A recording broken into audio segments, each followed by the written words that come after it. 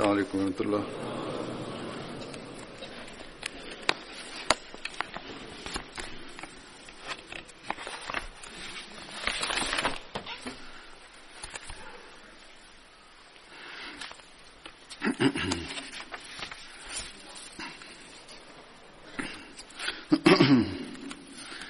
أشهد أن لا إله إلا الله وحده لا شريك له وأشهد أن محمدا عبده ورسوله أما بعد فأعوذ بالله من الشيطان الرجيم بسم الله الرحمن الرحيم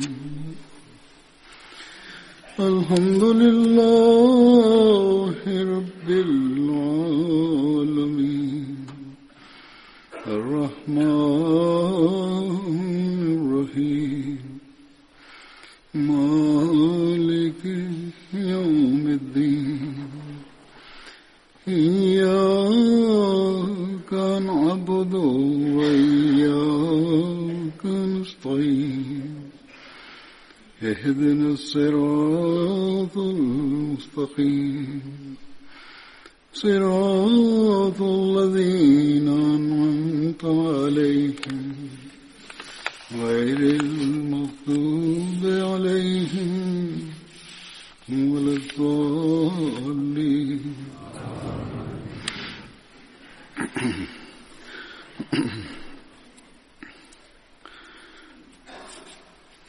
कल 23 मार्च है और ये दिन yarın 23 Mart günüdür ve bu gün Ahmediye cemaatinde Müslim Maud günü olarak kutlanmaktadır. Bugün Hz. Resulullah sallallahu aleyhi ve sellem önceden verdiği gaybi habere göre bir Mesih ve Mehdi ahir zamanda gelecekti ve İslamiyet'in gerçek talimatını dünyaya gösterecekti ve yayacaktı ve Müslümanları bir el üzerinde birleştirecekti. Hatta bütün dinlere inananlara Resulullah'ın köleliğine getirecekti. Onun ilanı yapıldı. Yani Hz. Mirza Ghulam Ahmed Kadiyani aleyhisselam ilan etti. Ben o Mehdi ve Mesih benim ki onun geleceğine dair Hz. Resulullah sallallahu aleyhi ve sellem haber verdiydi. Ve böylece kendi biyetinin başlangıcını yaptırdı. Şu anda ben vaat edilen Mesih aleyhissalatü vesselamın bazı yazılarını okuyacağım. Bu yazılarda kendisi Mesih-i Mevud'un gelmesinin ihtiyacını, zamanın durumunu ve kendi iddiası konusunda bilgi vermiştir. Ve değişik bunlarla bağlı olan bazı alametlerinden bahsetmiştir. Bir şiirinde şöyle diyor: bu zaman Mesih'in zamanıydı, başka birisinin zamanı değildi. Ben gelmeseydim başka birisi gelmiş olurdu. Demek ki zamanın durumu istiyordu ki birisi gelsin ve İslamiyet'in sarsılmakta olan kayığını korusun. Ancak şanssızlıkla Müslüman ulemaların çoğu daha önce beklenti içindeydiler. Bir Mesih gelsin ve kuvvetli bir şekilde ona inanıyorlardı geleceğini. Fakat kendi iddiasından sonra onların çoğu muhalif kesildiler. Ve amme Müslümanlara kötü, yanlış hikayeler ve yanlış sözler kendisine isnat ederek kendisi aleyhinde, kendi cemaati aleyhinde onları kışkırttılar. Şöyle ki öldürülmeleri konusunda fetvalar verildi ve hatta hala bugüne kadar dahi Ahmediler aleyhinde bazı ülkelerde, bazı yerlerde zulüm ve yapılmaktadır. Ahmediler aleyhinde ve o kadar korkunç adam öldürülme örnekleri vardır ki ve bütün bunlar İslamiyet adı altında yapılmaktadır. Ki İslamiyet'in gerçeğini bilenler asla bunu düşünemezler dahi. Ve onlar asla böyle çirkin işler yapamazlar. Her neyse biz görüyoruz vaat edilen Mesih Aleyhisselam durumları konusunda ve Mesih Muhammed Aleyhisselatü Vesselam'ın geleceği konusunda nasıl değişik yazılar yazmıştır bunu beyan ederek niye Mesih Muhammed Aleyhisselatü Vesselam'ın gelmesine ihtiyaç vardır ve Mesih'in bu zamanıyla ne alakası vardır bunu beyan ederek demedi ki ben gelecektim. Zaman istiyordu ki birisi gelsin. Şöyle diyor Kur'an-ı Kerim İsraili ve İsmaili her iki silsilede hilafetin benzerliğinden bahsetmiştir. Apaçık olarak bu ayet-i kerimeden anlaşıldığı gibi vaadallahu lezine amanu minkum ve amilus salihate la yastahlifannahum fil ardı kema stahlafallazine min qablihim. Diyor ki İsraili silsilenin son halifesi 14. yüzyıl Hz. Musa Aleyhisselatü Vesselam'dan sonra geldi. O Mesih-i Nasiri idi. Ona mukabil gerekliydi ki bu ümmetin Mesih'i dahi 14. yüzyılın başında gelsin. Ayrıca keşif ahalisi Allah ile büyük alakalı olan keşif sahibi olanlar bu yüzyılı Mesih'in geleceği konusunda bunun beyan ettiler. Diyor ki mesela Hazreti Şah Veliullah vesaire hadis ehli muttafiktirler. Alamat-ı Suğra hepsi ve alamat-ı Kubra bir derece kadar tamamlanmıştır. Küçük ve büyük alametler Mesih'in geleceğinin alametleri tamamlanmıştır. Fakat diyor ki bunda bir derece kadar onlar hatalıdırlar. Alametler her neyse hepsi tamamlanmıştır. Bu değil ki bir dereceye kadar. Mesih'in geleceğinin bütün alametleri tamamlanmıştır. Büyük alamet yahut geleceğinin alameti Sahih Buhari'de yaksirus saliba ve yaktulul khinzira yazılıdır. Yani İsa Aleyhisselatü Vesselam'ın gelemeyeceği Hristiyanlığın üstünlüğü zamanıdır. Şimdi acaba bu zaman değil mi? Papazlar İslamiyet'e verdikleri zarar, İslam dinine onların verdikleri zararın benzeri Adem Aleyhisselatü Vesselam'dan bu yana var mı? Her ülkede tefrike vardır. Hiçbir aile yoktur ki İslam aleminde ki onlardan birer ikişer onların eline geçmiş olmasın. İşte geleceğe çık olanın zamanı papazlık, Hristiyanlığın üstünlüğü zamanıydı. Bundan sonra nasıl olacak? Nasıl hayvanlar gibi İslamiyet'e saldırdılar? Bu kelimeler izah ediyor ki suç yapılıyor kendisine. Kendisini İngilizlerin eliyle diktikleri bir fidandır. Bundan ispat ediliyor ki İslamiyet'in bunlar İngilizlerin diktiği bir fidan mıdır? Kendisi yahut İslamiyet'in öz savunması için ve onun üstünlüğünü ispat etmek için sahaya çıkmış olan Yüce Allah tarafından ortaya çıkarılmıştır. Her neyse diyor ki bir taife, muhaliflerin taifesi var mı?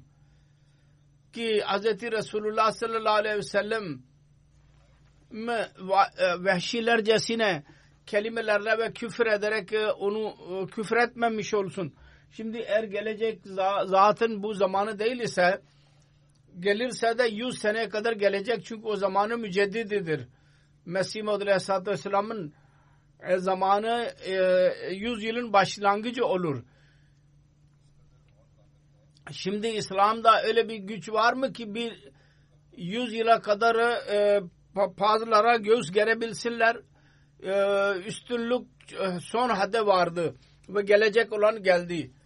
Evet, Deccal'i helak edecek. Çünkü hadislerde vardır ki onun eliyle milletlerin helak olacağı mukadderdir. Millet değil. Yani Mesih Muhammed'i gelecekti. Delillerle bütün diğer dinleri üzerine İslamiyet'in talimatını üstün çıkaracaktı. İspat edecekti. Ve İslamiyet'in talimatını her din ve din üzerinden, dinden daha üstün çıkaracaktı. Onu ileri sürecekti üstünlüğünü ispat etmek için. Binlerce gayrimüslim her sene Ahmediye cemaatine katılıyorlar. Kendi verdiği deliller yüzünden onlar giriyorlar cemaate. Sonra zamanın durumu ve Mesih Muhammed Aleyhisselatü Vesselam'ın ihtiyacı konusunda daha fazla şöyle buyuruyor. Eğer yer uygun değil ise yağmurun hiçbir faydası olmuyor. Hatta daha fazla zarar verici olur. Eğer yer güzel değil ise, katı ise faydalı olmaz, zararlı olur. Onun için gökten nur inmiştir ve kalpleri aydınlatmak istemektedir. Onu kabul etmek ve ondan istifade etmek için kabul edin. Yani kalplerinizin yerini öyle yapın ki olmasın ki yağmur gibi yeteneğe sahip olan onu zayi eder. Öyle yer olmasın kalplerinizin yeri. Siz dahi bir nur olmalarına rağmen karanlık içinde yürümeyiniz ve tehlikeye düşerek helak olmayınız. Sizin durumunuz dahi aynen olmasın ki karanlıkta olsun, karanlıkta kalasınız nura rağmen ve helak olasınız. Diyor ki Yüce Allah mihriban bir anneden daha fazla mihribandır. O istemez ki onun mahlukatı zayi olsun. O hidayet ve nurun yollarını size açmıştır. Fakat siz onlara üzerinde yürümek için akıl ve kalplerinizi tezkiye edin. Nasıl yer hazırlanmazsa tohum atılamaz ona. Aynı şekilde mücahede ve riyazet ile tezkiye-i nefsi yapılmadıkça gökten akıl inmez. Bu zamanda Allah-u Teala çok lütufta bulunmuştur ve kendi dinini ve Resulullah sallallahu aleyhi ve sellem'in yardımı için bir insanı göndermiştir aranızda. O konuşmaktadır ki bu nura çağırsın insanları. Fakat zamanda öyle bir fesat olmasaydı ve dini yok etmek için çabalar olmasaydı o zaman bir mesele yoktu. Fark etmezdi. Ancak siz görüyorsunuz her tarafta sağ ve sol her ikisi İslamiyet'i yok etmek istiyorlar. Her taraftan saldırılar yapılıyor. Bütün kavimler çaba sarf ediyorlar yok etmek için. Aynı çabaları vardır. Hala durum böyledir. Şu bu yolla İslamiyet'i yok etmek istiyorlar. Brian Ahmediye'de ben zikrettiydim. İslamiyet aleyhinde 60 milyon kitap yazılmıştır. Kendisi zamanında bundan 125 sene, 130 sene hatta 150 sene önce. Çok tuhaftır ki Hindistan'ın Müslümanların sayısı 60 milyon ve kitapların sayısı dahi aynen böyle.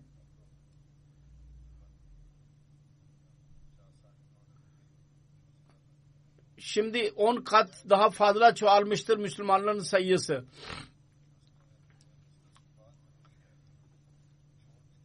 Eğer bunları bırakırlarsa bu yine bizim muhaliflerimiz birer kitap bir Müslümanın eline vermiştirler.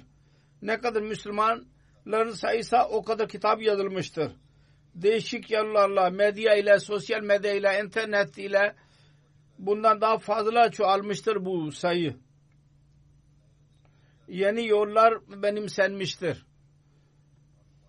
Diyor ki her muhalif bir kitap Müslümanın eline, her bir Müslümanın eline vermiştir Hindistan'da. Eğer Allah-u Teala'nın coşkusu hamiyet göstermeseydi, inna lehu lehafizun verdiği söz doğru olmasaydı şüphesiz bugün İslam dünyadan çıkmış, yok olmuş olurdu. Ancak hayır, öyle olamaz.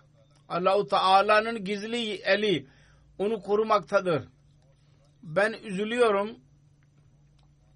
Müslüman olarak adlandırılmalarına rağmen İslamiyet'e hiç aldırış etmezler. Nasıl ki evlilik için, çocuğunu evlendirmek için çaba sarf ediyorlarsa. Birçok defa ben okudum. Hristiyan kadınlar dahi ölünceye kadar milyonlarca rupi Hristiyanlığı yaymak için veriyorlar. O devirde vardı Hristiyanların. Kadınlar dahi özveride bulunurlardı. Ve kendi hayatlarını Hristiyanlığı için yaymak konusunda her gün biz onları görüyoruz. O durumun haritasını çiziyor. Binlerce misyoner kadınlar evlere giriyorlar. Hristiyan kadınlar. Tebliğ yapıyorlar. Ve Müslümanların imanını yok ediyorlar. Müslümanlardan hiçbirisini görmediniz ki 50 lira dahi vererek gitmiş olsun İslamiyet için. Tabii ki dünyadaki işler için çok israf yapılıyor. Ve bu israflar hala vardır. İslamiyet'in hizmeti için veriyorlarsa da onların masrafları dahi, maddi masrafları bir nispetle dahi yoktur. Dedi ki borç alarak dahi israf ediyorlar. İslamiyet için ancak para sarf etmezler. Yazık, Müslümanların merhamete layık şayan durum başka nasıl olacak? Hala bugün Müslümanların durumu aynen böyledir. Bazı yerlerde iyilik olmuştur.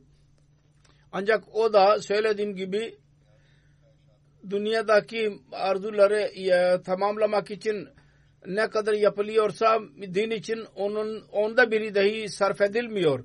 Bu o günün durumudur. Mesih Maud Aleyhisselatü Vesselam iddiada bulunduğu zaman. Şimdi bugün dahi eğer Müslümanların bir kısmı dine dikkat ediyorlarsa da söylediğim gibi yalnız şu dereceye kadar ki İslamiyet'ten yana olacağız. Birçok insan İslam'dan yana olmak istiyorlar. Camileri dahi dolduruyorlar bir dereceye kadar. Fakat İslamiyet'i yaymak için bir çabaları yoktur. Ve eğer sözde bir çaba varsa da terörizm vardır. Zorla biz İslamiyet'i yayacağız. Değişik taifeler oluşmuştur. Yahut Mesih Maud Aleyhisselatü Vesselam ve onun cemaatine muhalif kesileceğiz. Onun için çaba sarf edilmektedir. Kısacası daima hatırda tutmamız lazım. Şimdi eğer İslam dünyada yayılacaksa Allah-u Teala'nın gönderdiği bu imam vasıtasıyla olacaktır. Bu Allah-u Teala'nın kaderidir bu böyle. Gelecek olan Mesih için Yüce Allah ve onun Resulü bazı alametler beyan ettiydi. Bir alamet olmadan iddia etsin bu mümkün değil.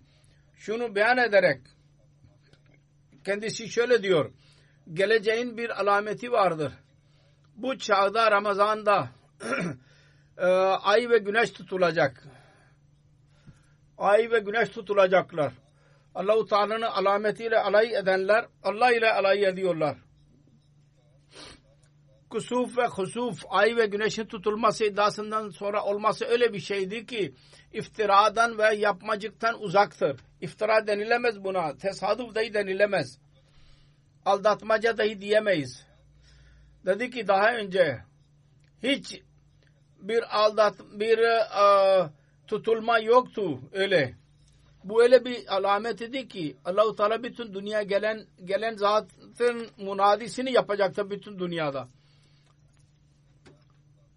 Onlar dahi bu alameti görerek doğru dediler. Bizim her nereye kadar bizim yazılarımız gidemiyorlar idiyse oraya kadar gelecek olan zatın munadisini yaptı bu tutulmalar. Bu Allah-u Teala'nın planıydı. İnsanın planı yoktu bunun içinde.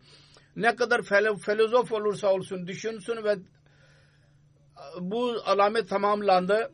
Mutlaka bunun misdakı dahi bir yerde olacak. Bu emir öyle değildi ki bir hesaba tabi olsun. Buyurduydu. Bir Mehdilik iddiasında bulunan birisi olacak. Ondan sonra bu tutulmalar olacak. Bu alametler ortaya çıkacak. Hazreti Resulullah sallallahu aleyhi ve sellem şunu dahi buyurdu. Adem aleyhisselamdan Mehdi'ye kadar hiçbir böyle bir olay yoktur. Eğer birisi tarihten birisi ispat ederse biz onu kabul edeceğiz.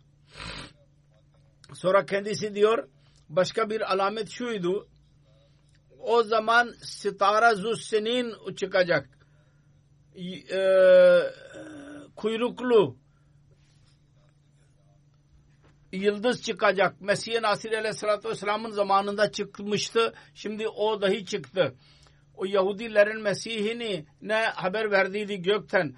Aynı şekilde Kur'an'a bakmakla insan öğrenebilir ki وَاِذَا الْاِشَارُ اُتَّلَتْ وَاِذَا الْبُهُوشُ شِرَتْ وَاِذَا الْبِحَارُ سُجَّرَتْ وَاِذَا النُّفُوسُ زُوِّجَتْ وَاِذَا الْمَعُودَةُ سُئِلَتْ بِأَيِّ ذَنْبٍ قُتِلَتْ وَاِذَا الصُّحُفُ نُشِرَتْ. Bütün bunlar Kur'an-ı Kerim'de önceden verilen gaybi haberlerdir. Hayvanlar birleştirilecekler. Bunun detayı vardır. Şu dahi vardır.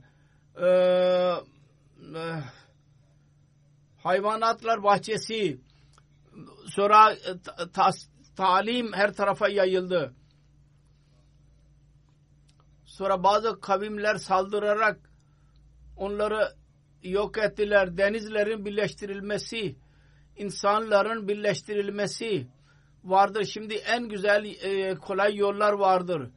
Şimdi bir saniyede bütün dünya ile alaka kurabilirsiniz. Sonra şu vardır.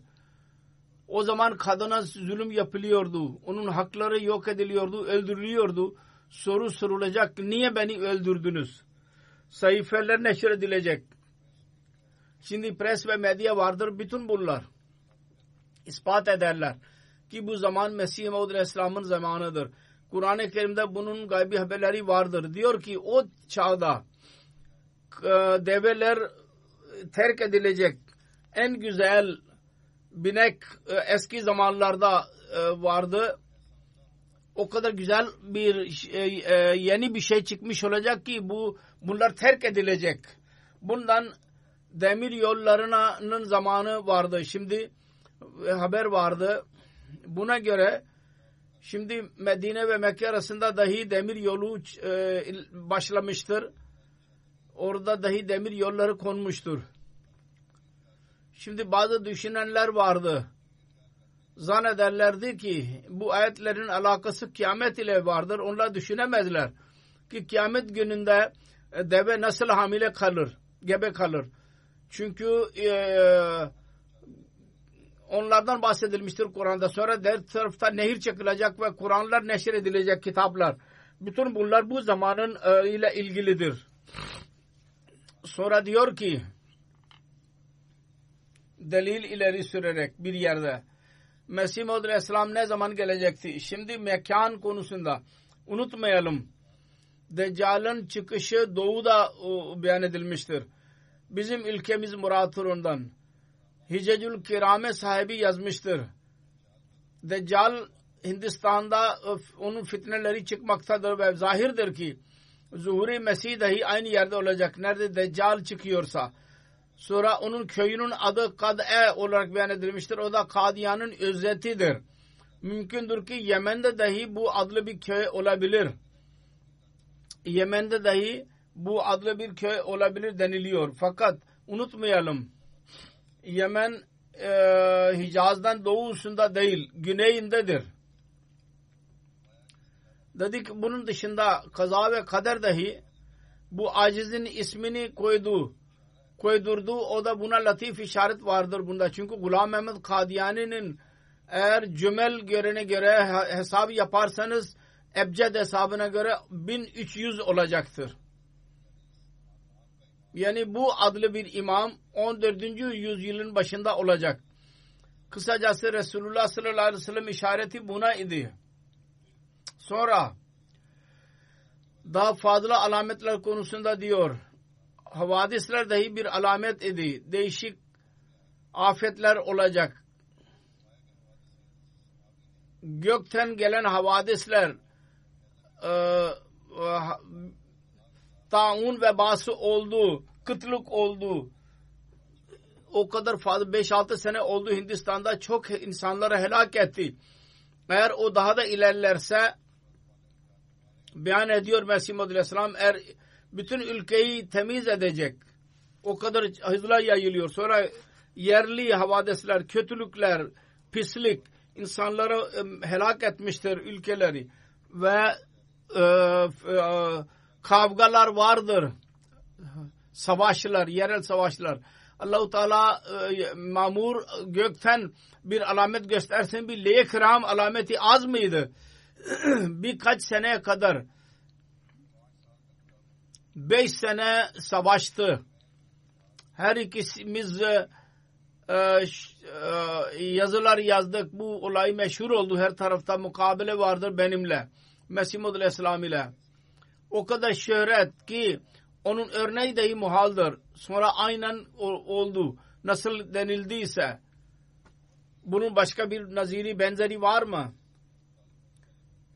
Darmadsu konusunda dahi ben kaç sene önce haber verdim. Allah-u Teala bana bilgi verdi ki bizim konumuz en üstün çıkacak. Bu üstün toplantıyı görenler düşünebilirler ki böyle toplantıda üstün çıkma haberi önceden vermek bir tahmin değildi. Aynen çıktı İslami usul ki filosofi konusunda. İslamiyet'in ürettiği esaslar. Sonra o günün gazetesi Vigahör Avsi adlı bir gazete diyor ki, yazısını okuyorum. Eğer bu celsada, bu toplantıda Mirza Bey'in konusu olmasaydı, İslamiyet Müslümanlar üzerinde diğerlerin önünde Müslümanlar küçük düşeceklerdi. Fakat Allah-u Teala'nın üstün eli mukaddes İslamiyet'i düşmekten korudu. Hatta onu bu konu vasıtasıyla öyle zafer kendisine nasip etti ki muvafıklar bir yana muhalifler dahi kabul ettiler. Bu üstün hepsinden daha üstündür bu makale. Şimdi bir yazarı Ahmedi değil, bir yabancı birisidir. Fakat mecbur oldular ve onların referansını dahi veriyor. Ve birçok gazete bunu yazdılar. Sonra memur oluşunun şehadetlerini ileri sürerek diyor ki, kısacası şu anda benim memur olum konusunda birçok alamet vardır. İç ve dış şehadetleri. 100 yılın başında gelme. Üçüncüsü konusunda sahih hadis. Dördüncüsü inna nahnu nazzalna zikra ve inna lahu lahafizunun sözü. Beşincisi ben daha ileri sürüyorum. Nur suresinde istihlaf vadesidir. Allah-u Teala der ki, daha önce zikri geçti. Vaadallahu lezine amunu minkum ve amilus salihate la yastahlifannahum fil ardı kema istahlafallezine min qablihim. Bu ayette istihlaf vadesine göre halifeler Resulullah sallallahu aleyhi ve sellem'in cemaatinde olacaklardı. Onlar eski halifeler gibi olacaklardı. Aynı şekilde Kur'an-ı Kerim'de Mesih Musa olarak adlandırılmıştır Muhammed Mustafa. Dedi ki inna arsalna ileykum rasulan şahidan aleykum kama arsalna ila firavuna rasula. Ve kendisi Mesih Musa istisnadaki söze göre dahi vardı. Kitab-ı Mukaddes'te vardı. Bu muhalif, burada kema kelimesi vardır. Burada da Nur suresinde kema kelimesi vardır. Bundan apaçık anlaşılıyor ki Musevi silsile ve Muhammedi silsile arasında benzerlik tamdır. Musevi silsilelerinin halifeleri Hz. İsa Aleyhisselam'da sona erdi. Ve onlar Hz. Musa Aleyhisselatü Vesselam'dan sonra 14. yüzyılda geldi. Bu benzerlik bakımından en az bu kadar gereklidir ki 14. yüzyılda aynı şekilde bir halife çıksın. Mesih'e benzer olsun. Ve onun kalbi ve eli üzerinde olsun. Ayağı üzerinde. Allah-u Teala başka bir şehadetleri ileri sürmemiş olsaydı, bu benzerlik kendi zatından istiyordu ki 14. yüzyılda bir zat çıksın kendi ümmetinde, yoksa benzerliğinde el-iyazu billah bir zaaf görülürdü. Fakat Allah-u Teala bu benzerliği desteklemekle kalmayıp aksine şunu dahi ispat etti ki Mesih Musa'dan bütün peygamberlerden daha üstündür. Yani Hz. Muhammed Mustafa sallallahu aleyhi ve sellem bütün peygamberlerden daha üstündür. Hz. Mesih aleyhisselam kendi şeriatını getirmediydi. Tevrat'ı tamamlamak için geldiydi. Aynı şekilde Muhammedi silsilenin Mesih'i kendi şeriatine gelmedi. Kur'an-ı Kerim'in ihyası için gelmiştir. Onu diriltmek için, onun talimatını yaymak için gelmiştir. Ve bu tekmil için gelmiştir ki tekmileti işaret-i hidayet olarak adlandırılır. Sonra kendisi diyor daha fazla bu konuda. Tekmili işaret-i hidayet konusunda hatırda tutmamız lazım. Hz. Resulullah sallallahu aleyhi ve sellem'e nimet, itmami nimet olduğuydu ve ekmalu din olduğu. Yani din kemale ulaşmıştı ve nimet tamamlanmıştı. Sona ermişti. Mümkün olduğu kadar. Onun iki şekli vardır. Birincisi tekmili hidayet. İkincisi tekmili işaret-i hidayet. Tekmili hidayet min kullil vücuh, kendisi birinci gelişiyle oldu. Hidayet tamamlandı. Resulullah sallallahu aleyhi ve sellem'in gelmesiyle, şeriatin inmesiyle ve tekmili işaret-i hidayet, hidayetin, şeriatin işareti olacaktı. O kendisinin ikinci gelişiyle oldu. Çünkü Cuma suresinde "Âkhirîne minhum" ayeti kerimesi vardır. Başka bir kavmin hazırlanması konusunda haber veriyor. Ondan apaçık anlaşılıyor ki kendisinin gelişi başkadır. Ve bu başka buruzi bir şekildedir bu geliş. Şu anda olmaktadır. Bu zaman tekmili işaret-i hidayet zamanıdır ve bu sebepten dolayı işaretin bütün silsileleri ve vasıtaları tamamlanmaktadır. Matbaa çıkmıştır. Birçok matbaa ve her gün yeni şeyler çıkıyor içinde. Daha kolaylıklar vardır matbaada. Sonra posta ve hatta yeni teknoloji kullanılmaktadır.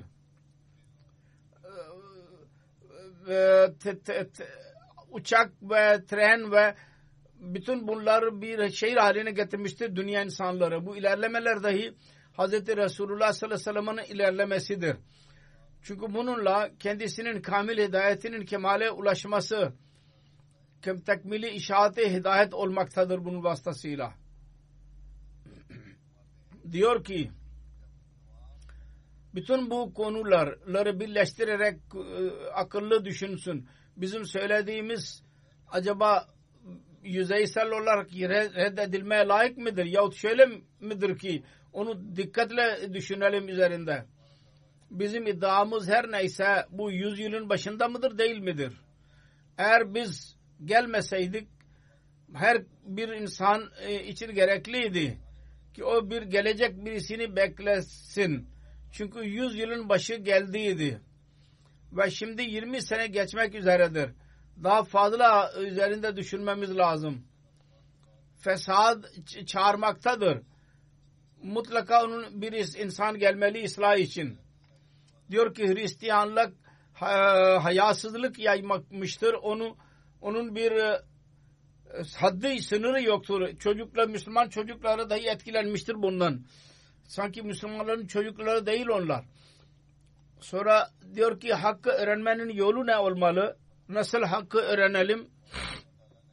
Diyor ki Allah-u Teala'dan kendi namazlarınızda dua edin ki hakkı açsın ve ben kesin bilirim. Eğer insan taassub ve inattan uzaklaşarak hakkı için Allah-u Teala dikkat ederse bir 40 gün geçmeyecek ki hak ona belli olacak. Fakat çok az kimseler vardır ki bu şartlarla Allah-u Teala'dan karar istiyorlar. Ve böylece kendi inat ve taassub yüzünden Allah-u Teala velisine inkar ederek Allah-u Teala'yı gücendiriyorlar. Çünkü Allah'ın velisine inanmazsa veli peygamberler için bir onunla nebuvveti inkar etmek dahi gerekli olur ve nebuvveti inkar etmekle Allah-u Teala'yı inkar etmek olur ve böylece insanın imanı yok olur. Mesih Maud Aleyhisselatü Vesselam'ın bu kaç referansından sonra ben şimdi Hz. Müslim Maud Raziyallahu Teala'nın Mesih Maud Aleyhisselatü Vesselam konusunda değişik referanslar vardı değişik yerlerde. Onlardan bahsedeceğim. Bir yerde kendisi şöyle diyor. Muhalefet ilerlerse cemaat dahi ilerler. Muhalefet çoğalırsa Allah-u Teala mucizane yardımları dahi çoğalır. Onun için Mesih Maud Aleyhisselatü Vesselam'ın hizmetinde kendisiyle alakalı olarak beyan ediyor. Mesih Maud Aleyhisselatü Vesselam'ın hizmetinde zikrederlerdi insanlar ki bizim de muhalefet vardı. Derdi ki bu sizin ilerlemenizin bir alametidir. Her nerede muhalefet varsa orada cemaat dahi çoğalır. Çünkü muhalefet neticesinde birçok bilgisiz insanlar dahi bilgi ediniyorlar cemaat konusunda ve yavaş yavaş onun kalbinde cemaatin kitaplarını okuma zevki uyanıyor. Ve onlar bunları okuduğu zaman doğruluk onların kalplerine üstün çıkıyor. Mesih Maud Aleyhisselatü Vesselam'ın hizmetinde bir seferinde adamın birisi geldi ve biat etti kendisi eli üzerinde. Biatten sonra Mesih Maud Aleyhisselatü Vesselam ona sordu. Kim size tebliğ yaptı? O hemen dedi ki Mevlevi Sanaullah tebliğ yaptı bana. Muhalif idi Mesih Maud Aleyhisselatü Vesselam'a. Mesih Maud Aleyhisselam hayretle dedi ki o nasıl? O dedi ki ben Mevlevi Bey'in kitaplarını ve gazetesini okurdum. Daima görürdüm. Orada Ahmedi cemaatinin şiddetli şekilde bir muhalefeti vardı. Bir gün aklıma geldi. Ben kendim bu kitaplarını okuyayım. Muhalefet oluyor. Ben Mesih Maud Aleyhisselatü Vesselam ne yazmıştır ona bakayım. Orada ne yazılıdır. Ben o kitapları okumaya başlayınca benim kalbim açıldı. Ve ben beyat için hazırlandım. Muhalefetin ilk faydası şu oluyor ki onunla ilahi cemaat ilerler. Birçok insana hidayet nasip olur. Hz. Mesih Maud Aleyhisselatü Vesselam'ın muhalefetiyle alakalı olarak peygamberler nasıl kendi muhalefetlerinin tepkisini gösteriyorlar. Mesih Maud Aleyhisselam şöyle derdi, yazıyor. Bir örnek verdi. Mısırlı hükümetin, eski hükümetin. Mısırlı hükümet kendi zamanında çok meşhur bir hükümet idi. Ve onun kralı kuvvetine güveniyordu. Firavun. Öyle kral önünde Hz. Musa Aleyhisselatü Vesselam'ın bir durumu yoktu. Fakat krala gittiği zaman kral onu korkuttu. Ve kavmini helak edeceğini söyledi. Ve dedi ki eğer vazgeçmezsen sen dahi yok edileceksin. Ve senin kavmin dahi yok edilecek. Fakat Hz. Musa Aleyhisselam vazgeçmedi. Ve dedi ki Allah-u Teala bana dünya için verdiği bir mesaj var ya onu mutlaka vereceğim insanlara. Dünyanın hiçbir gücü bana mani olamaz. Diyor ki bizim dahi Hz. İsa Aleyhisselam'ın dahi durumu aynen böyleydi. Aynı durum Hz. Muhammed Mustafa sallallahu aleyhi ve sellem'in durumuydu. Ve Mesih Maud Aleyhisselatü Vesselam'ın durumunu dahi biz aynen böyle gördük. Bütün kavimler kendisine muhalif idiler. Hükümet dahi muhalif idi. Ahir son zamanlarda bu biraz azaldı bu muhalefet. Her neyse kavimler muhalif idiler kendisine. Bütün dinlerinle tabi olanlar kendisine muhalif idiler. Mollalar kendisine muhalif idiler. Pirler dahi kendisine muhalif idiler. Amme insanlar kendisine muhalif idiler. Amme ve insanlar kendisine muhalif idiler. Her tarafta bir muhalefet kasırgası vardı. Kendisine söylediler. Bazı kimseler dost olarak dediler ki ideallarınızda biraz azaltma yapın. Bazıları dediler ki şunu terk ederseniz hep bütün insanlar cemaatinize girecekler. Ancak hiçbir şeye aldırış etmedi Mesih Maud Aleyhisselam. Ve daima kendi iddiasını ileri sürdü. Bundan sonra gürültü yaptı. dövdüler, cemaatin üyeleri şehit edildi. Fakat bütün sıkıntılar hala devam ediyor. Fakat buna rağmen dünya ile mukabilesi vardı. Onun göğüs germek zahiri mana bakımından gücü yoktu. Fakat yine de kendi bu yarışmayı devam ettirdi. Fakat hala hatırlıyorum. Müslim Mevud diyor, ben hatırlıyorum. Ben birkaç defa Mesih Maud Aleyhisselatü Vesselam'dan dinledim. Peygamberin misali şöyle olur. Nasıl ki insanlar derler ki bir köyde bir deli bir kadın vardı. O her ne zaman dışarı çıkarsa küçük çocuklar onu rahatsız ederlerdi. Onunla alay ederlerdi. Onu rahatsız ederlerdi. Sık sık ona o da onlara mukabil onlara küfür ederdi. Beddualarda bulunurdu. Bir gün köydeki insanlar istişare yaptılar. Bu kadın mezlumdur. Ve bizim çocuklar boşu boşuna onu rahatsız ediyorlar. Mazlum durumu konusunda onlara kötü duada bulunuyor. Bedduada bulunuyor. Onu eğer bu dua kabul edilirse kötü olur. Biz çocuklarımıza mani olalım. Ki onu rahatsız etmesinler ve beddua vermesin onlara. Bu istişareden sonra onlar karar verdiler. Yarından itibaren bütün çocuklar evlerinde hapsedilecek ve dışarı çıkmalarına izin verilmeyecek. Ertesi gün herkes kendi oğullarına dedi ki bundan böyle dışarı çıkmayacaksın. Ve kapılarını da kilitlediler. Dış kapılarını. Sabah olunca deli kadın evden çıktı. Sağa sola dolaştı sokaklarda. Bazen bir sokağa, bazen ikinci sokağa. Fakat bir oğlanı göremedi. Önce burun doğru olurdu ki birisi onu çekiyordu. Birisi onu çimdikliyordu. Birisi onu itiyordu. Birisi onunla alay ediyordu. Fakat bugün hiçbirisini göremiyordu. Öğleye kadar bekledi. Baktı ki şimdiye kadar hiçbirisi evden çıkmamıştır. O dükkanlara gitti. Bakkaliyelere ve giderek diyordu ki bugün sizin evin düştü mü? Çocuklar öldüler mi? Ne oldu? Birisini göremiyorum. Belli bir müddet sonra her bakkaliye giderek böyle demeye başladı. İnsana dediler ki bu zaten bedduada bulunuyor. Bırakın çocukları. Onları niye esir tutuyoruz? Bu hikayeyi ben ederek Mesih Maud Aleyhisselam derdi ki peygamberlerin durumu dahi kendi zatında böyle olur. Dünya onları rahatsız eder. Onlara zulüm eder. Ve o kadar zulüm eder ki onlar için hayat getirmek zor olur. Ve bir tabakanın kalbinde bir his uyanır. İnsanlar boşu boşuna zulüm ediyorlar. Onların böyle yapmamaları lazım. Fakat dedi ki onlar dahi dünyayı terk edemezler. Dünya onları rahatsız etmediği zaman tekrar onu uyandırıyorlar ki dünya onlara dikkat etsin ve onların sözünü dinlesin. Hangi şekilde olursa olsun. Muhalefette dahi iyi insanlar ortaya çıkıyorlar. Diyor ki Mevlevi Muhammed Hüseyin Batalevi Mesih Maud Aleyhisselatü Vesselam'ın gençlik dostuydu. Kendisiyle alakalıydı. Daima kendisinin makalelerini methederdi. Bu iddiadan sonra ilan etti. Ben bunu ilerlettim. Ben şimdi onu yok edeceğim. O zaman kim düşünebilirdi ki Mevlevi Muhammed Hüseyin Batalevi gibi onur sahibi bir zat hakkında böyle bir şey desin ki ben onu helak edeceğim ve ondan sonra helak olmasın. Tabii ki böyle güçlü insan idi. Her ne derse onu yerine getirebiliyordu. Sonra Mesih Maud Aleyhisselatü Vesselam'ın kendi akrabaları dahi ilan ettiler. Hatta bazı kimseler, bazı akrabalar Mesih gazetelerde yaydılar. Bu insan bir ticaret peşindedir. Hiç kimse ona dikkat etmemeli.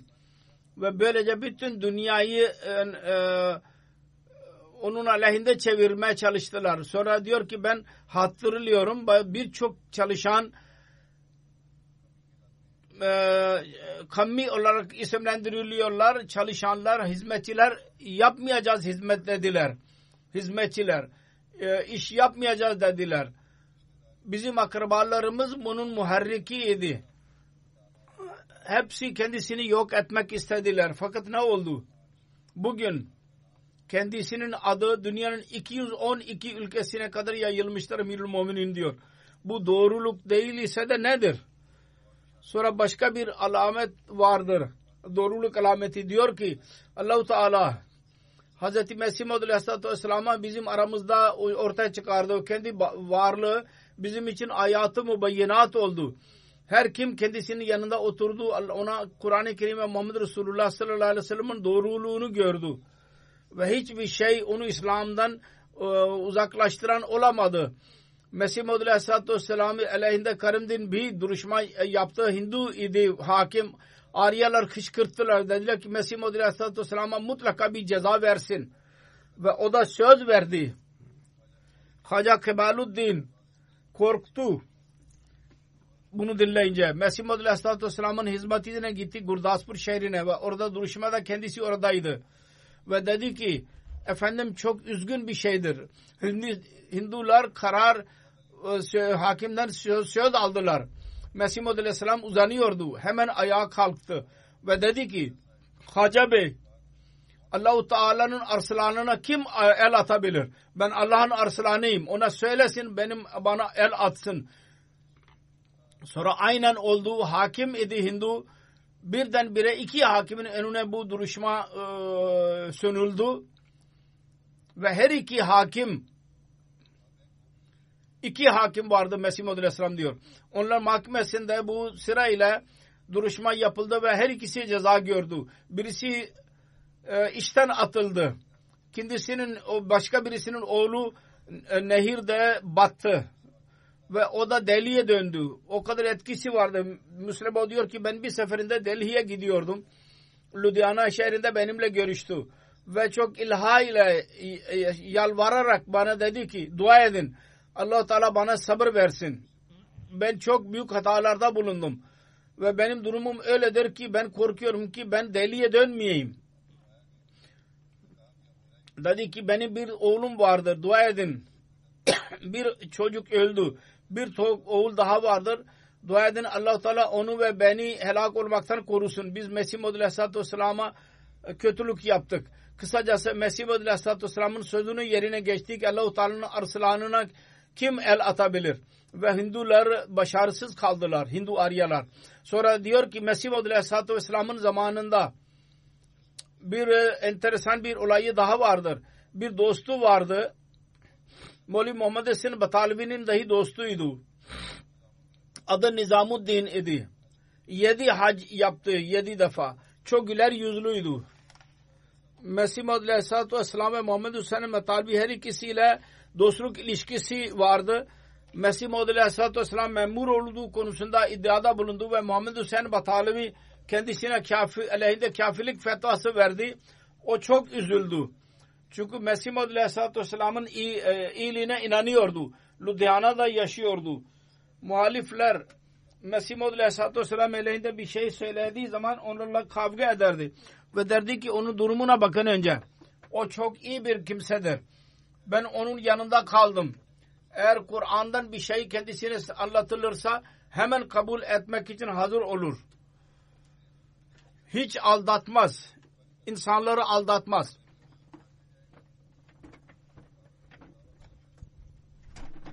Eğer Kur'an'dan ispat edilirse onun iddiası yanlıştır hemen kabul edecek. Birçok defa kavga ederdi insanlarla. Ve derdi ki ben Kadiyana gideceğim ve nasıl o tövbe etmez iddiasından ben onu göstereceğim. Kur'an'dan açacağım.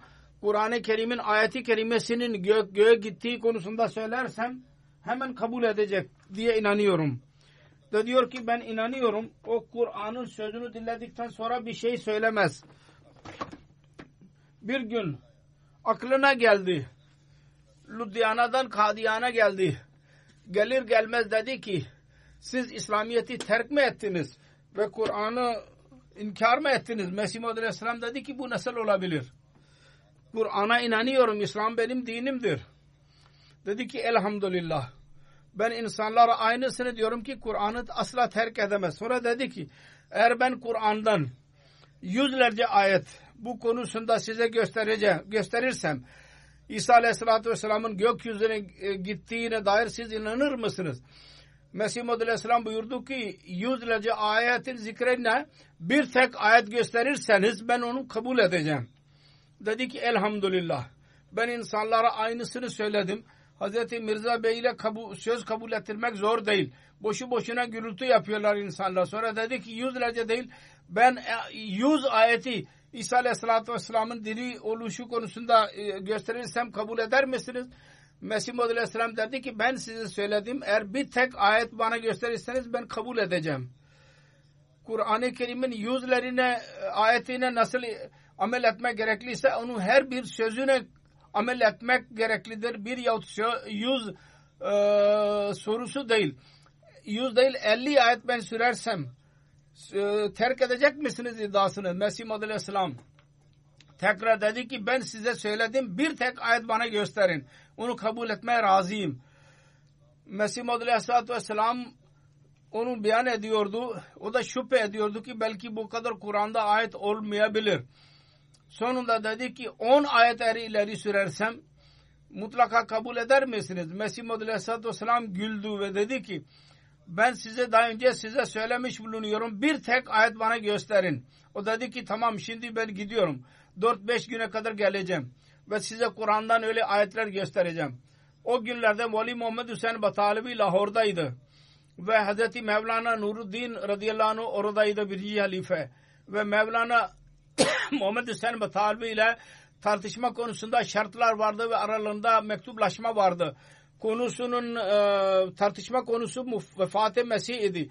Muhammed Hüseyin Batalevi diyordu ki Kur'an-ı Kerim'in tefsir edicisi hadistir.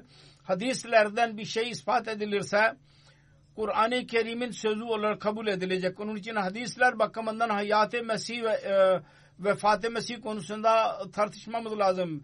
Hazreti Mevlana diyordu ki Kur'an-ı Kerim mukaddemdir hadisten.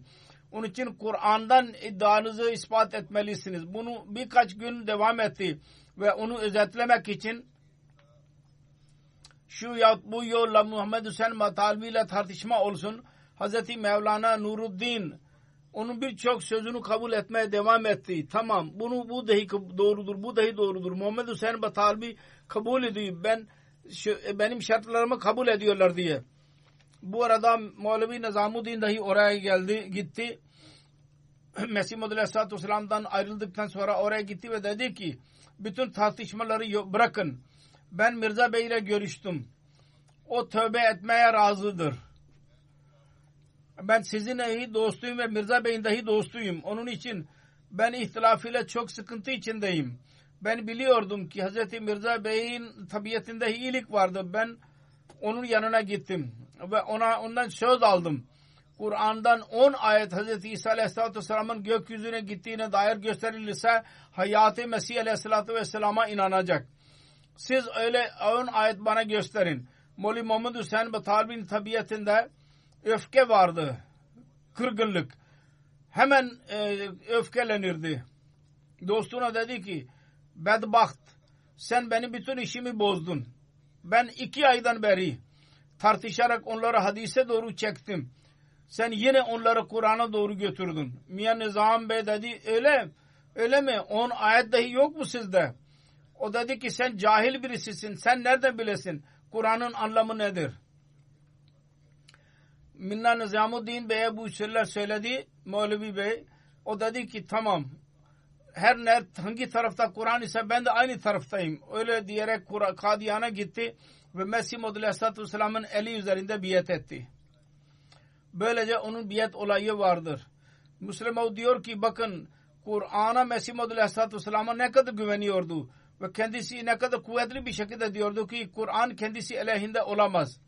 Bunun anlamı bu değil ki Kur'an Mesih Muhammed Aleyhisselatü Vesselam ile bir akrabalığı vardı. Yahut Ahmedi cemaat ile bir akrabalığı vardı Kur'an. Kur'an doğruluğun yolunu gösterir.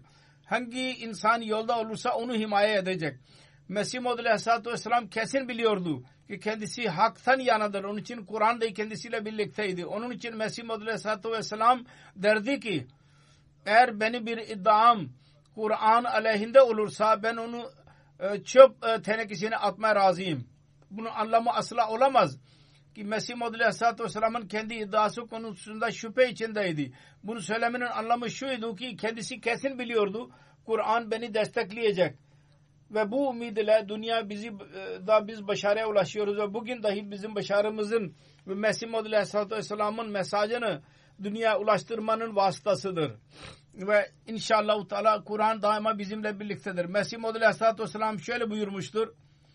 Kesin biliniz. Allah-u Teala'nın verdiği sözleri haktır.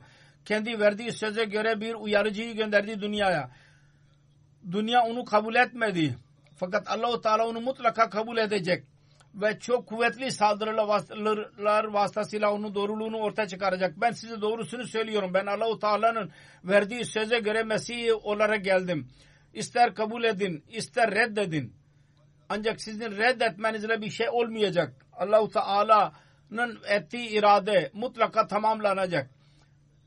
Allah-u Teala Berahin Ahmediye'de önceden söylediydi. Sadakallahu ve Resuluhu ve kana vadan maf'ula. Yani Allah-u Teala ve Resulü'nün söylediği doğru olacak. Doğrudur ve Allah-u Teala'nın verdiği söz daima doğru çıkar.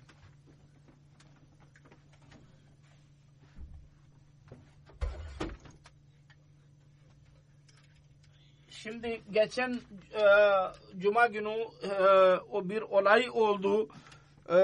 Yeni Zelanda'da. Geçen Cuma onu söyleyecektim fakat aklımdan çıktı. Ben bir matbaa mesajı verdiydim. Cemaat tarafından biz üzüldük. Birçok masum insan buna hedef oldular. Şehit edildiler. Allah-u Teala hepsine mükafat merhamet eylesin ve onların akrabalarına sabır versin. Bu arada bazı sözler dahi beyan etmemekle daha fazla olduğu ki Hindistan Yeni Zelanda hükümeti özellikle başbakan en güzel ahlak göstermiştir. Ve hükümetin görevini nasıl ifa etmiştir, görevlerini bir örneğidir. Keşke Müslüman hükümetleri dahi ondan ders alsınlar. Ve din nefretini yok etmek konusunda rol oynasınlar. Ama insanları dahi birlikte oldular. Dediler ki Cuma günü radyo ve televizyonda ilan ettiler ki biz Cuma günü Müslümanlarla birlikte olmak konusunda onların ezanını neşr edeceğiz. Televizyon ve radyodan vereceğiz. Gayrimüslim kadınlar, Hristiyan kadınlar dahi birlik için başlarına eşarp koymalarını ilan ettiler. Allah-u Teala onların bu hayrını kabul ederek onlara doğruluğu kabul etmeleri kendilerine nasip eylesin. Amin. Orada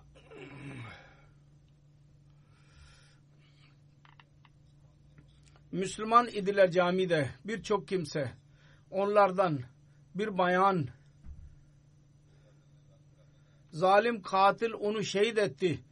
Bir kadının mesajı vardı. Çok sabır gösterdi. Onun kocası ve 21 yaşındaki o genç oğlu dahi şehit düştüler. Ve o öyle ki insanlara yardım ederken canlarını verdiler. Kısacası bir iyilik için ve iyi bir gaye için can verdiler. Allah-u Teala onlara merhamet eylesin. Çok büyük üzücü bir olaydır bu. Oranın Müslümanları büyük sabır ve havsala gösterdiler. Ve bir Müslümandan zaten beklenen de budur. Ve Müslüman bunu belli etmeli. Ancak bazı şiddeti seven insanlar dediler ki biz mutlaka öcünü alacağız. Halbuki bu çok yanlıştır. Böyle düşmanlık devam edecek.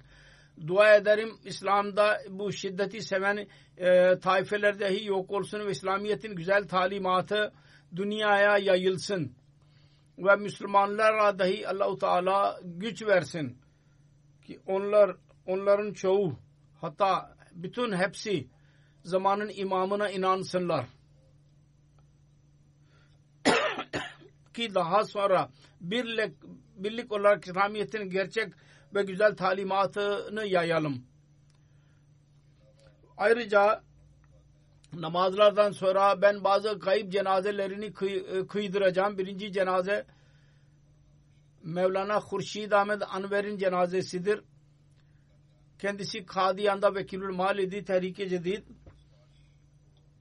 19 Mart günü 73 yaşında vefat etti. İnna lillahi ve inna ileyhi raciun. Allah Teala'nın lütfuyla Musi'ydi. Uzun zamandan beri kanserden hastaydı. Fakat sabır ve himmet ile, havsla ile bu hastalığa göğüs gerdi. Tahammül gösterdi. Zaafa ve hastalığa rağmen görevlerini yapmaya devam etti. Asla eksiklik yapmadı. Durmadan büroya giderdi. Vakfını son ana kadar en güzel şekilde ifa etti. Mümkün olduğu kadar yerine getirmeye çalıştı. Hatta hakkını verdi. Nasıl hak vermek gerekliyse aynı şekilde hak verdi.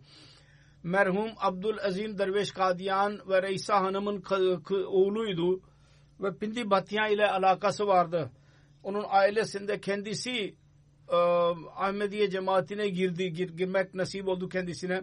Biatten sonra onun oğlu, kendisinin dedesi Hayır Hurşid Anver Bey, babası değil kendisi, dedesi kendisine muhalif kesildi ve dövdü ve Kadiyan'a hicret etti ve oraya ikamet etti.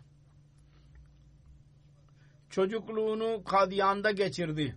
Büyük eshablar ve deşvirlerin ile birlikte Lise-i Talimul İslam lisesinden bitirdi. Sonra Madrasa Ahmediye'ye girdi. 1967 senesinde Madrasa Ahmediye Kadiyan'dan Melvi Fazıl diplomasını aldı.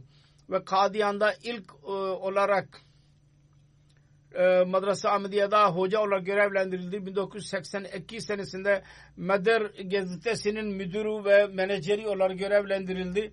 1989 senesinde Nazım İrşad Vakfı Cedid görevini yaptı.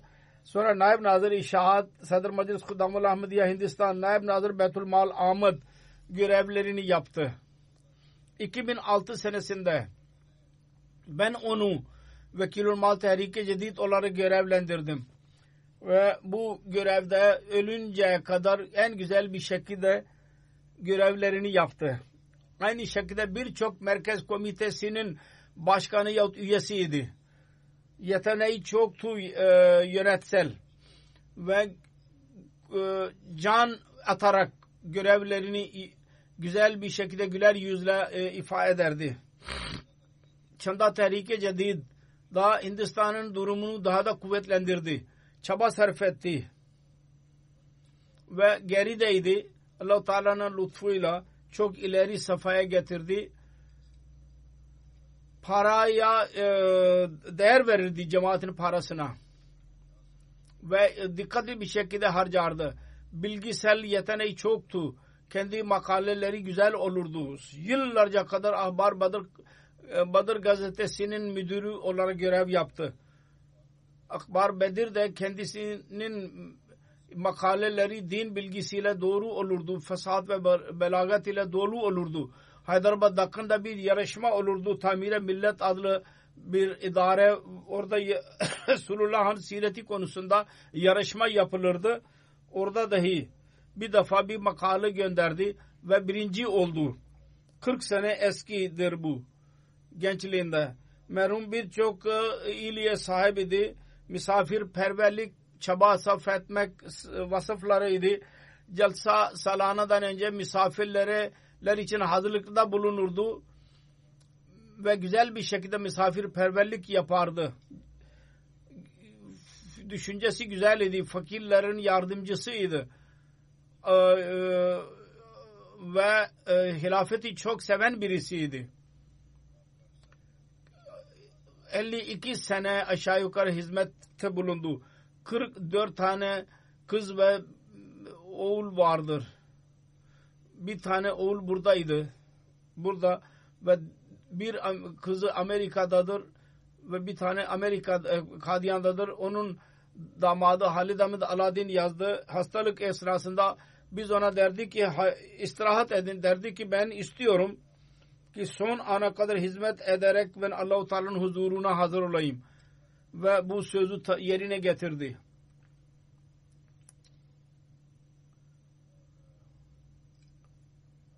onun naibi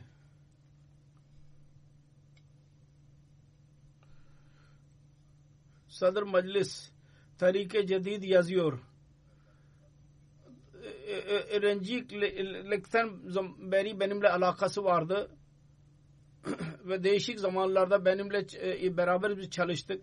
Naib Nadir Beytülmal olarak benimle uzun zaman güzel iş yaptı. İtaat eden, çaba sarf eden birisiydi.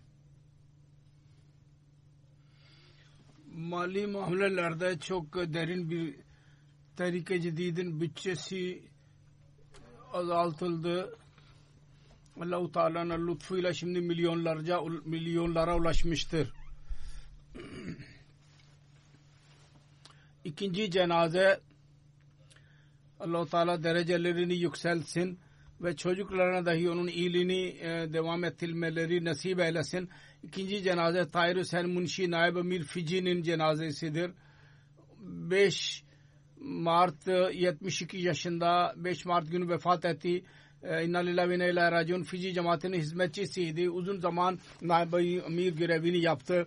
Çok iyi dua eden vefalı bir zat idi. Allah-u Teala'nın lütfuyla musuydu. Çaydat hissesini kendi hayatında verdi. Çocuklarında bir kız ve bir erkek bırakmıştır. Her ikisi Ahmedi değildirler. Kendisi Allah-u Teala'nın lütfuyla Fici'nin talim konusunda çok meşhur oldu. Müdür olarak kaldı. Ministry of Education Tahsil Bakanlığında görev yaptı. Sonra Deputy Director Education oldu. Müdür yardımcısı. 1989 senesinde emekliye ayrıldı. Sonra tekrar ona görev verdi. Hükümet ve Account Committee'nin üyesi olarak kaldı. Sonra hastalıktan sonra ondan ayrıldı. Ahmediye'nin cemaatine girmesi konusunda Sadr Cemaat Hamid Hüseyin diyor ki Munşi Bey'in 1968'de Nasırvanga'da idi. Ben o okulda sekreter idim. Onunla dost oldum. Bir zaman beraber geçirirdik. Cemaat aleyhinde olmasına rağmen Ahmedi cemaatinin sözünü dinlerdi ve tartışırdı. Ve Sünni idi daha önce Munşi Bey'in. Mollasını çağırırdı. O da inkar ederdi. Bunun üzerine çok üzülürdü. Daha sonra Allah-u Teala ona lütfetti ve iman etmeyi nasip etti kendisine. Hamid Hüseyin Bey beyan eder. Bunun minneti nasıl ben ona karşılığını verdim. Bir seferinde o nasıl bana verdi. Bir defa Kadiyan'dan geri döndü ve bana dedi ki ben Beytu duada sizin için çok duada bulundum. Allah-u Teala sizin vasıtanızla bana bu makama ulaştırmıştır. Yani onun vasıtasıyla Ahmediye cemaatine girdi. Beytu duaya gitti ve kendisi için dua etti. Bu bana çok büyük lütufta bulunmuştur diye. Muhsin için böyle dua etmek bir Ahmedi'nin aklına gelebilir. Hazreti 4. Halife Rahmetullah zamanında kendisine naib amir olarak görevlendirdiydi kendisini.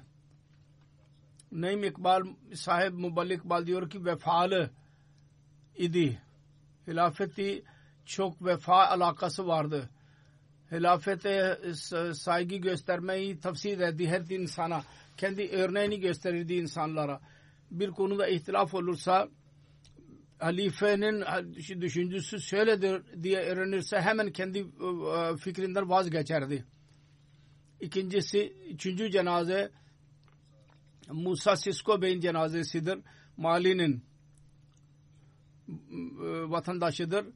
15 Şubat günü vefat etti. İnna lillahi ve inna ileyhi raciun. Kendisi orduda general idi. Ahmediye cemaatinin tanıtımı bir dergi vasıtasıyla oldu. Ondan sonra Viskaso regionunun muballiği ile durmadan irtibat halinde kaldı. Kasım 2012 senesinde Ahmediye cemaatine girdi. Sonra 13 senesinde Viskaso'da radyo açıldı ve orada müdür olarak görevlendirildi ve sadr cemaat olarak görevlendirildi. Radyoda muhalefet çoktu Viskaso'da. Orada hikmetle ve sabır ile göğüs gerdiği duruma. ve bütün meselelerin hallini çıkardı. Görevlilerle görüştü. Cemaatin tanıtımını yaptı ve ayrıca 2016 senesinde Nasyonel Amla'da Umur-i Harice görevini yapıyordu. Dış sekreterliği. Sonra biyetten sonra vakfetti kendisini cemaat için. Cemaat imam arkasında namaz dışında teheccüdünü kaçırmazdı ve faal bir insan idi. Hilafeti çok olağanüstü bir şekilde severdi. Hilafetin her konusuna lebbek derdi. İlk olurdu. Bıraktığı konusunda 2 karısı arasında 10 kız ve 5 erkek bırakmışlar. Allah-u Teala onun derecelerini yükseltsin. Evladına dahi onun hayırlarını devam ettirmeleri nasip eylesin. Munşi Bey'in evladı olmayan Ahmedi yapsın onları. Gayri Ahmedileri dahi onlar dahi zamanın imamını kabul etsinler.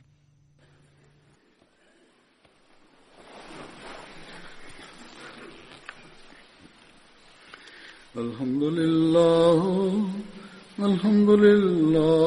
nahmaduhu ve nesta'inuhu ve nestağfiruhu ونؤمن به ونتوكل عليه ونعوذ بالله من شرور أنفسنا ومن سيئات أعمالنا من يهده الله فلا مضل له ومن يضلله فلا هادي له ونشهد أن لا إله إلا الله ونشهد أن محمدا عبده ورسوله عباد الله رحمكم الله إن الله يأمر بالعدل والإحسان وإيتاء ذي القربى وينهى عن الفحشاء والمنكر والبغي يعظكم لعلكم تذكرون اذكروا الله يذكركم وادعوه يستجب لكم ولذكر الله أكبر